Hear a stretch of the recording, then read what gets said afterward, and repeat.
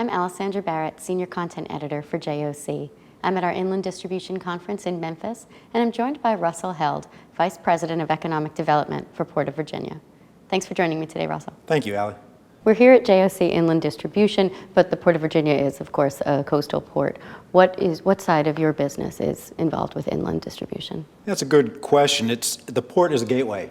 It's a gateway for retailers and manufacturers in the U.S. to import product and raw materials and parts for manufacturing, and a gateway for U.S. companies to get their product throughout the world. So when we come to a conference like this, we're really highlighting what our inland connections are.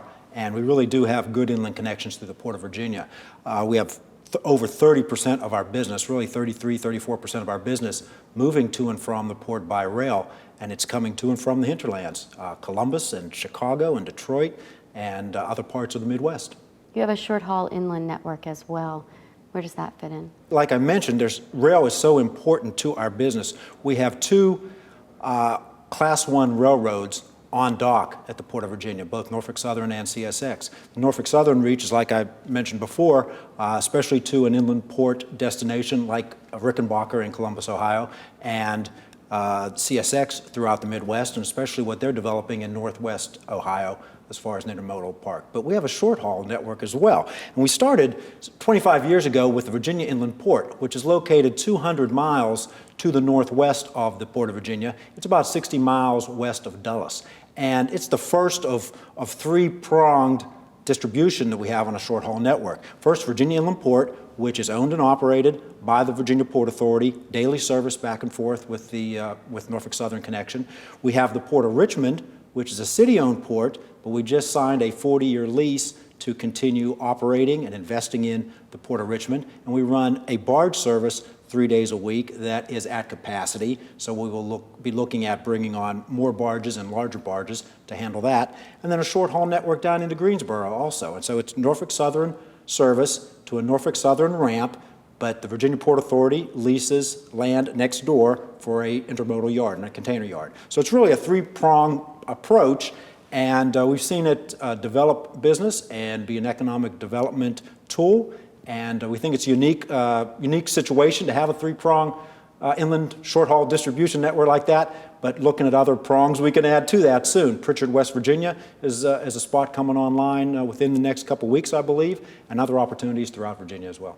When the Panama Canal opens, it will impact nearly every U.S. port. Does the Port of Virginia have any plans in place to change business operations to react to that? So many people want to talk about the Panama Canal. I really like the topic. We've been talking about it for a good while and see that it's coming to fruition with another year or so. So the good news is, when we talk about the Panama Canal, it puts a lot of focus on what the assets are at the Port of Virginia and the advantages we have today. When the Panama Canal expansion is done next year at this time, we will see the bigger ships coming through the canal. We're already able to handle those big ships in the Port of Virginia. We have 50 feet of water. We have the on-dock rail that I talked about for the hinterland connections, and we have the infrastructure on the port to handle it as far as the biggest cranes in the world and post-Panamax cranes throughout all our terminals.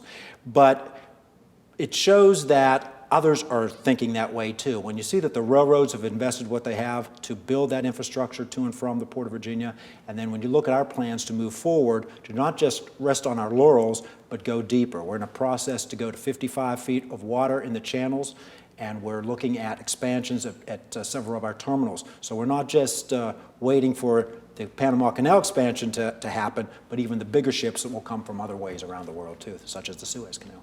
Well, thank you for taking time from the conference to speak with me. Thank you, Allie. Appreciate it. I've been speaking with Russell Held, Vice President of Economic Development for the Port of Virginia.